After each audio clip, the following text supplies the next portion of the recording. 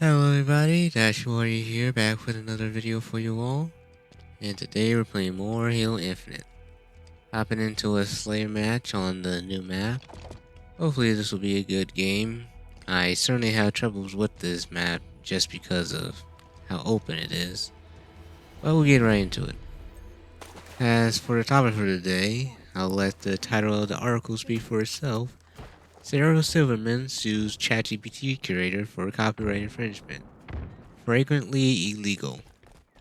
Yep, we finally got our first case of some suing happen in regards to ChatGPT. Surprised it took this long, but yeah, it was bound to happen. So we'll jump down to the first paragraph here, start reading. Sarah Silverman is suing OpenAI and Meta, the creators of AI language models ChatGPT and Llama, respectively, for stealing information from her book, The Bedwetter. What kind of title is that? According to a pair of lawsuits filed Friday in a U.S. district court. I was debating whether or not to look into what the bedwetter is all about, but I think that's the point of the title in that book. So we're just going to continue reading here. Silverman joins fellow authors Richard Kadri and Christopher Golden in the class action copyright lawsuits, which claim that both ChatGPT and Llama were trained on their books without the writer's permission. The suits also allege that the models were likely fed the books from Shadow Library databases like Library Genesis and Z Library. The books aggregated by these websites have also been available in bulk via torrent systems, one suit claims, adding that these flagrantly illegal shadow libraries have long been of interest to the AI training community. Exhibits attached to the OpenAI suit shows that ChatGPT summarizes the author's book when prompted, producing a derivative work of virtually any copyrighted source. If a user prompts ChatGPT to summarize a copyrighted book, it will do so, the suit claims. Now, the way that this complaint is worded, it seems like the person's main problem is the idea that ChatGPT or these AI language models are being taught on material that was not given permission to be used in this specific type of way. And of course, the fact that the AI could basically remake the entire book if it wanted to. Like, I'm sure if you gave it a specific type of prompt, it would be able to spit out the words from the book exactly as they were written. Now, as far as ChatGPT being trained specifically on the bedwetter, I think that would be pretty hard to verify. Like, it's been trained on so many different material. On top of the fact it has access to the internet, so it's not too far out of the realm of possibility that ChatGPT just searched up the term the bedwetter online and found a book that matched its description. But we'll keep reading. Maybe it'll shine some light on those specifics. It continues to say, most damningly, both suits suggest that the mere existence of these AI models are illegal under the Copyright Act since they need to be fed with potentially copyrighted information in order to work as anticipated. The OpenAI suit questioned whether ChatGPT itself is an infringing derivative work based on plaintiff's copyrighted books. That is an interesting question, though. Let's say, for example, these books weren't necessarily used in the creation of ChatGPT. There still are thousands of other works that were used to make it, and if the creators of ChatGPT didn't get the permission that they needed, then we could see this AI language model get shut down because, well, you can't use stuff that's illegal, right? Like, just how it is. So, I wonder what will happen in the future with this story. We'll see, I guess. In the meantime, let's go ahead and check up on what's happening as far as regulations for AI. From Morgan Lewis, Data Privacy and AI Regulation in Europe, the UK, and US. We'll stick to what's happening in the US. I mean, like, it's the most relevant, so we'll skip down there. The US comprises a myriad of privacy laws, based on jurisdiction and sector, which contains principles relating to AI. However, specific AI guidance is expected. The White House announced a blueprint for an AI Bill of Rights, which recommended principles to deploy AI, particularly privacy provisions. The National Institute of Standards and Technology Cybersecurity Guidance has been widely adopted. The AI Risk Management Framework, released in January 2023, specifically identifies privacy as significant for input and output risk. So it seems like there are stuff in place, but it seems to be mostly for privacy protection, which is cool. I do like my privacy to be private, but I don't know how private it's going to be if someone else is doing the protection. Like, if you want your privacy protected, you gotta just head off the internet. Like, it's the easiest way to get information on you, you know? Like, your information is stored on your phone, it's stored, like, in your search histories.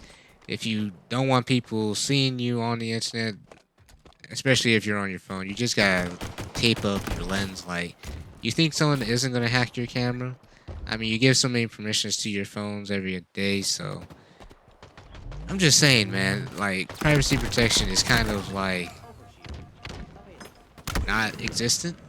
As far as ChatGPT, however, we might not have to worry about it farming our data because apparently its users are dropping. So this one is from Technica, and we'll begin by reading the first paragraph here.